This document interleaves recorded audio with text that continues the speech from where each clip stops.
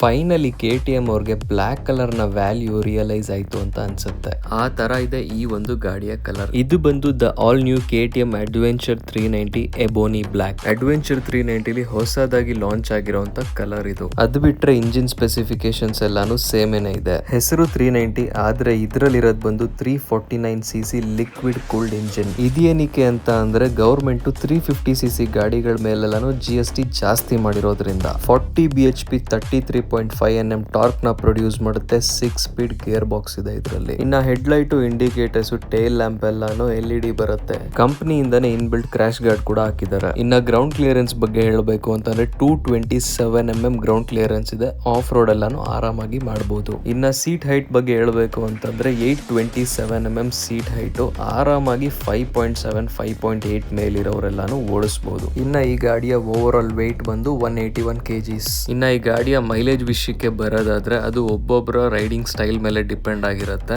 ಒಂದು 25+ ಅಂತೂ ಕೊಟ್ಟೆ ಕೊಡುತ್ತೆ ಎಕಾನಮಿ ಮೇಂಟೈನ್ ಮಾಡಿದ್ರೆ. ಇನ್ನ ನೀವೇನಾದ್ರೂ 350cc ಸೆಗ್ಮೆಂಟ್ ಅಲ್ಲಿ ಒಂದೊಳ್ಳೆ ಅಡ್ವೆಂಚರ್ ಬೈಕ್ ನ ನೋಡ್ತಿದ್ರೆ ಈ ಗಾಡಿಯ ಟೆಸ್ಟ್ ರೈಡ್ ನ ಮಾಡಿ ನೀವು ಡೆಸಿಷನ್ ನ ತಗೋಬಹುದು. 8 ಮೈಲ್ KTM ಶೋರೂಮ್ ಅಲ್ಲಿ ಈ ಒಂದು ಗಾಡಿ ಟೆಸ್ಟ್ ರೈಡ್ ಗೆ ಅವೈಲೇಬಲ್ ಇದೆ.